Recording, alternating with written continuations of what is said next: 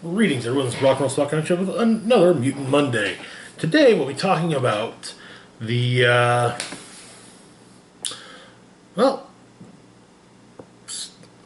Civil War, X-Men Only Edition, or the actual title, X-Men Schism. So, X-Men Schism was an X-Men story from mid-2011. It started off with a four-issue prelude miniseries, and then it had a five-issue series in and of itself, and three tie-ins from the recently started title Generation Hope. The basic idea is that Cyclops and Wolverine have differing views on how the X-Men should be run, and their difference of opinion gets a bit violent. Now, what led to all this? First off, was obviously decimation from the end of House of M.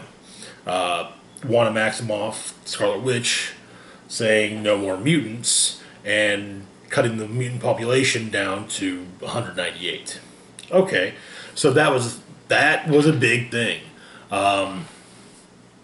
Yet, so the Office of National Emergency initially made all mutants stay at the Xavier School as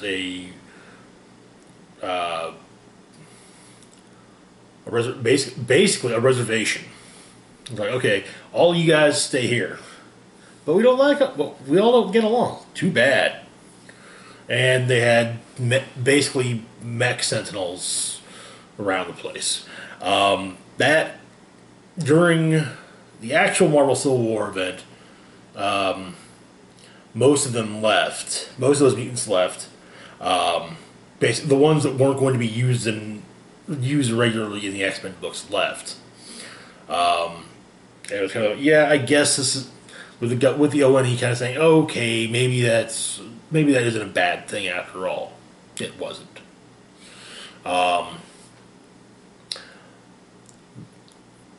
And you also had things like the Endangered Species story, where Beast and later with the help of additionally Dark Beast, were trying to through science find a way to basically undo the damage that Scarlet Witch had done.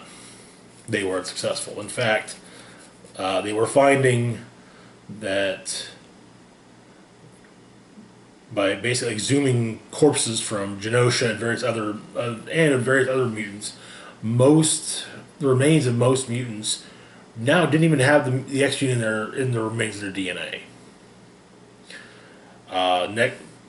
Then came Messiah Complex, wherein the mansion was destroyed. So after that, the X-Men moved to San Francisco.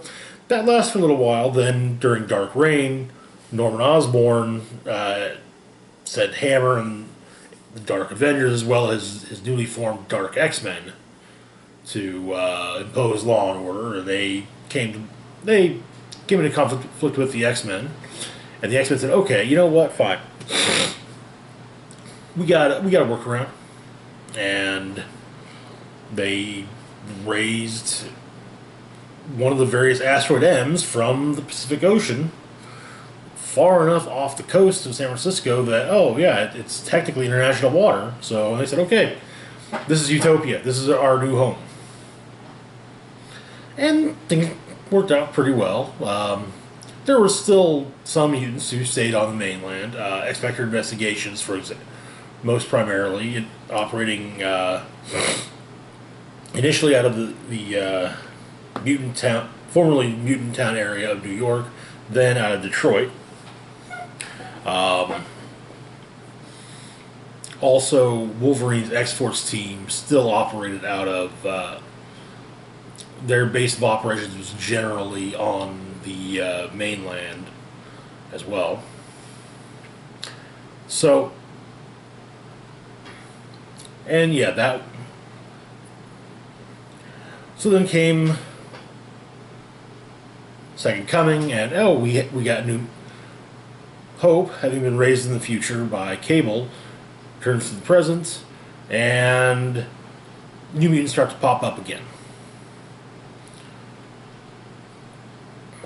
But in all everything leading up to that, there were a lot of times with, you know, for example, Necrotia was an excellent example of just, characters dying for, young, some of the younger characters dying off because, you know they were targeted by the X-Men, and because also Wolverine had the tendency to put the blame on Cyclops for basically saying, okay, yeah, go fight the bad guys.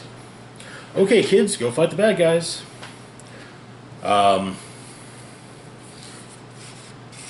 So, but what the story of Schism is, Quentin Quire has been secretly released from Henry McCoy's lab on Utopia by it turns out, Cade Kilgore, who at this point has become the newest Black King of the Hellfire Club, at 11 years old. And him and his new inner circle, which includes a descendant of Victor Frankenstein. No, really, it did. They began kind of a... They basically tried to do what they could to stop mutants in general. Including getting Sentinels back off the ground. And a lot of nations were also activating Sentinels because of in response to Quire's appearance and telepathic attack on a summit. Anyways, so the X-Men have to first do what they can to stop the various Sentinels because they're malfunctioning and attacking everyone, not just mutants. Because, hey, Sentinel's a Sentinel, right?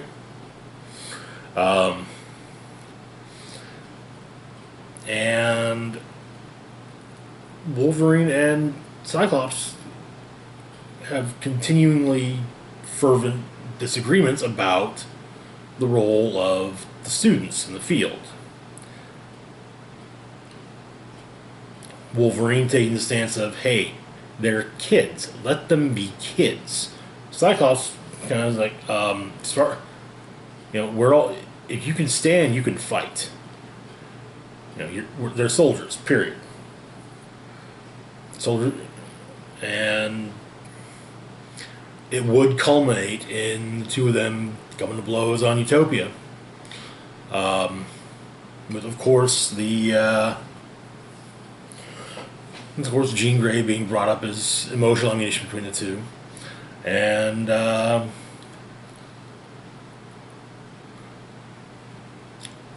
when all was said and done,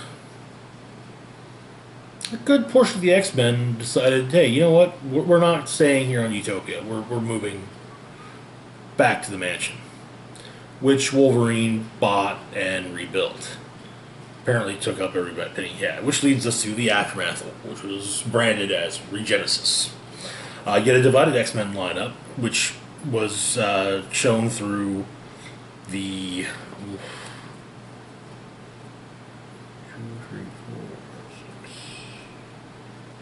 9 team titles at that time.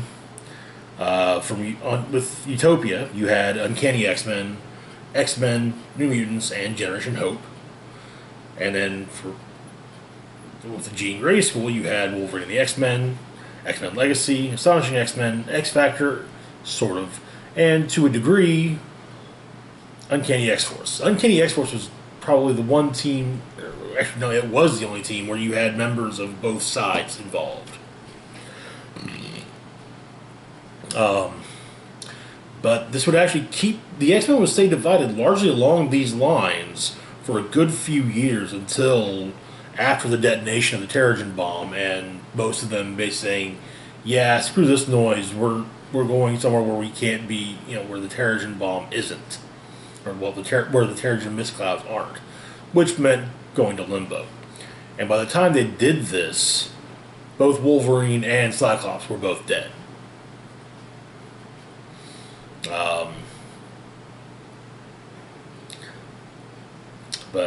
Yeah, that was... and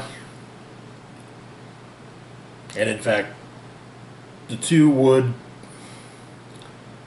make a tentative peace finally in the in the recent Uncanny X-Men run by Matthew Rosenberg, which concluded right before House of X and Powers of 10 began. And even then, it was a shaky piece at best. And now, I actually do think that Schism was a better Civil War type story than Mark Miller and Steve McNiven's actual Civil War.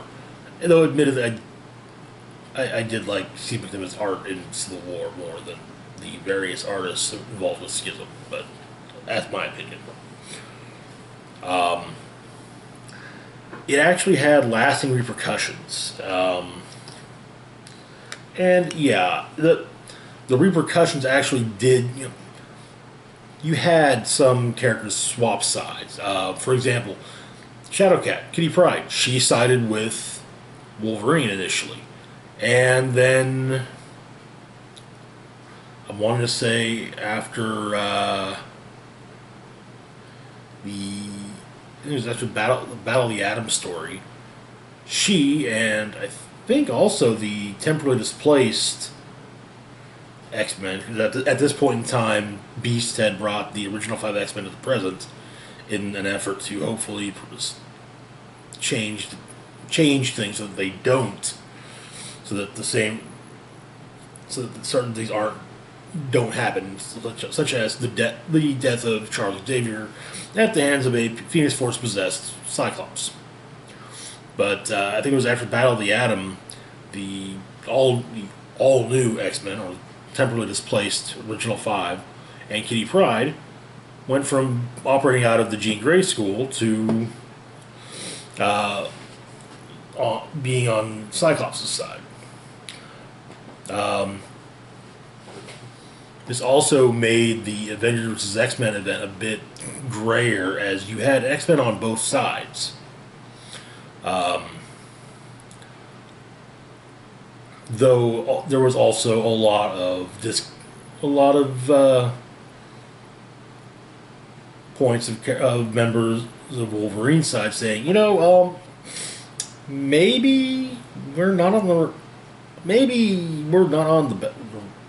the right side of this, and yeah. Now there was also a bit of a flub in the timing of Schism's release. When Schism came out, Marvel was also putting out its 2011 event comic, Fear Itself. Fear Itself was a sprawling event which had tie-ins all over the place, including a tie-in story from Uncanny X-Men. And in that story, a major change actually did occur. Colossus became the Avatar of Santorak as opposed to Cain Marko, and became, was now the Juggernaut. But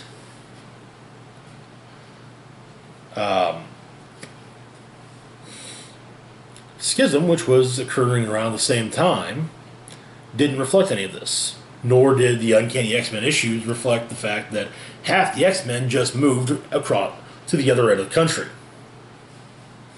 So, oops. But yeah, obviously, since everything had, the two sides had to come together and kind of like, we do need to stay together, but I think I liked it better because you had the two figureheads were characters who have almost always been at odds with one another. Also, I thought I liked the fact that Wolverine was the one to say, hey, maybe the kids shouldn't be on the front lines, because they're, kids.